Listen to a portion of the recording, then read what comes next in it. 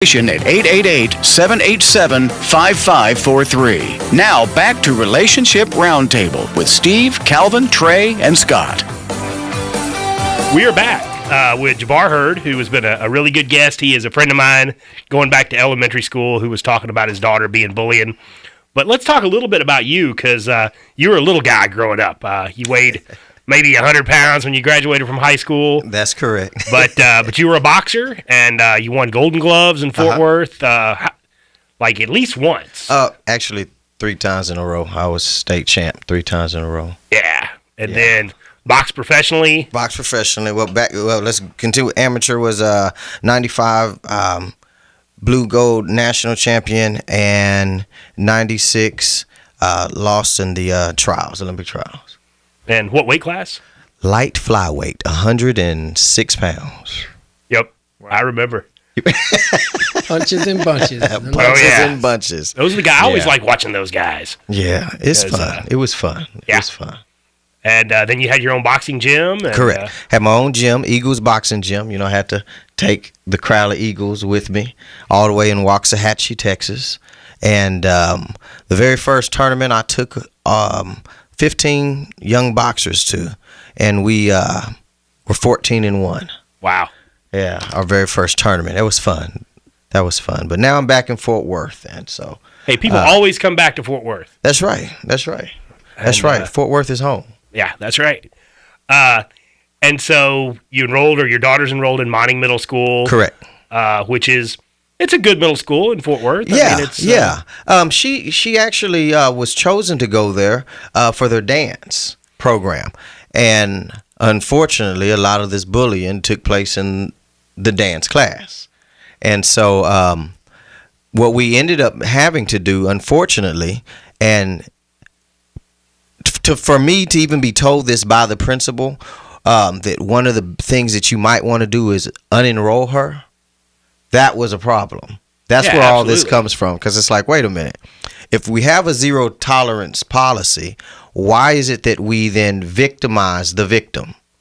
Hey, we want you to come to school here to dance, but because of the bullying, we can't stop it, so maybe you need to not come here. Take her out, which does. It victimizes the victim. Yeah. Okay, so I want to know, you're African-American. Mm-hmm. Were the bullies, were they African-American, or tell me a little bit about that, and did it play in? Actually, they were. They were black. And my daughter is biracial. She is black and Hispanic. And so, it was that light skin, good hair. Interesting. You're not black enough, but your hair is, but it's not, it's too good for us. It's basically, it was sort of weird. It was sort of weird for her, because where she grew up going to school was all Hispanics. And so she's fluent, she's bilingual. She recognizes that she is also black. And when she went to this school where there were more blacks, where she thought she was going to be received, she wasn't. You know what? That's you brought up something that's extremely interesting. There is some jealousy that goes on with that. And there was a movie called School Days. I remember that came out. And you were lighter and darker. There were all kinds of things that went on with that.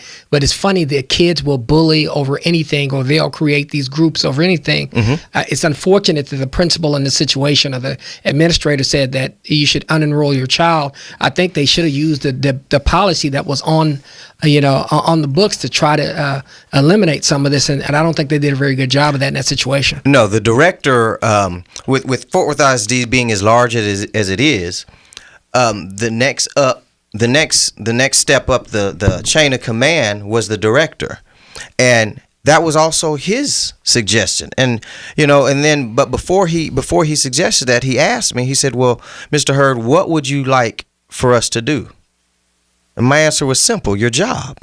Exactly. Do your job. If it's in your handbook and your code of conduct, it shows what the disciplinary actions are. Do your job.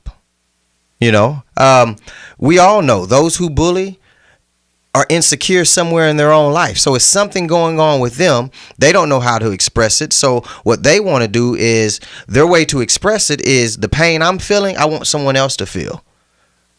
And you know something, he should have called you a long time before it got to this point. And those administrators definitely need to handle the business based on the policy, because we understand, and we had something mentioned earlier, kids who bully become adults who bully. That's right. And those people will get themselves in situations and affect others in ways that we don't even know yet, because if they are early in their lives and they don't get punished for the bullying becomes worse. That's right. And it can become something extremely dangerous that can have results that could hurt other people down the line when they get older. That's right. That's right. Harry and I mentioned Trey and I'm sorry, we go back That's that all far. right. Harry and I, he mentioned, about us growing up together. Well, there are people that we grew up together that are in prison now who, get. I don't know if we called it bullying then, but we saw the aggressiveness, and now they're in jail for life. I know what you're talking about. So yeah, I mean those things happen, and like I said, this started with my daughter in October, and it was during the Christmas break that I received a phone call from a concerned parent whose child was also being bullied. And so, it wasn't even the school who informed you. You had to kind of find out on your own with the other parents. Correct. And that's a shame. We grew up in the 80s and early 90s. I didn't see that much back then. And I don't know, we're all kind of in a similar age bracket, but where we grew up, people didn't pick on other people like that. No, it wasn't. I was just thinking about that because I was like, we didn't have this. We just didn't have it this way. And we were all a tight knit group. That's right. Everybody we went to high school with, we grew up with. That's right. We didn't have all the hatred and stuff that they have now. No, we had our casual fights, and we were friends. Right after it didn't matter. It's interesting you guys tell a story, because it made me think about like what happened in my neighborhood, and there was about 3 or 4 guys that was considered the guys that maybe 3 or 4 guys that bullied. And I remember the story of one guy, and it's funny. One of the guys ended up with his arm shot off. No joke. As he got older, he bullied. He never got punished for it, and ended up losing an arm because of it. It was an interesting story. Wow. Yeah, well, see, my concern, and the reason why I contacted Harry, was because it shifted from the children to actually the faculty and the staff, because it's like, wait a minute, if this has been going on since October. We get you in a meeting right after the Christmas break, and you inform me that, well, your daughter used to come here for about 2 weeks for class.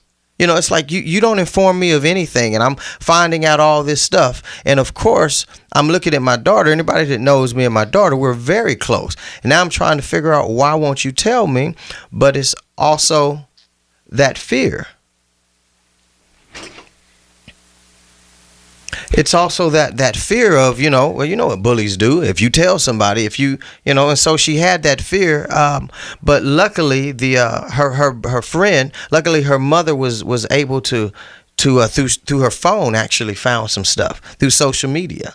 Fort Worth ISD revamped their bullying policy a few years ago, back when Joel Burns was on council, because he kind of spearheaded all that.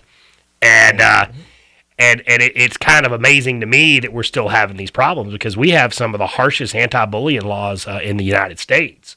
But you know what the problem is? Sometimes as adults, we forget how bad that was. And as you get older, honestly, if somebody says something bad about me, I blow them off. I go whatever. But then when you have kids they're developing, especially in social media's influence on the world now, they're developing their confidence, their way to go. They're developing what's going to happen to them. They are developing their whole self-worth. Then you have an incident of bullying. And I think sometimes the adults, especially in this day and age, don't understand how much that can affect someone. Well, my daughter, 13 years old, just starting her cycle, going to school now, looking at boys looking at her. You're trying to find yourself. And so when you're trying to primp and this and, I think I'm cute, and then all of a sudden you have 10 people telling you no, you're not. And it's almost like spitting in the wind. And so what eventually happens is, and this one here really touched me, because we read about it all the time, about children taking their lives. And that's what happens. They get pushed into this. A low self-worth, and it can have effects not just in school. It could affect them the rest of their lives, and that's why we have to do something about it. And that's why administrators, principals, and the people involved in administration should use the policy to make sure that they put that in play. Well, we got a break coming up here in a little bit, and after the break, let's talk about potential solutions. And I think we have a caller. Take it after the break. And we'll take it after the break. Laura Ingram. You are innocent until proven guilty, but not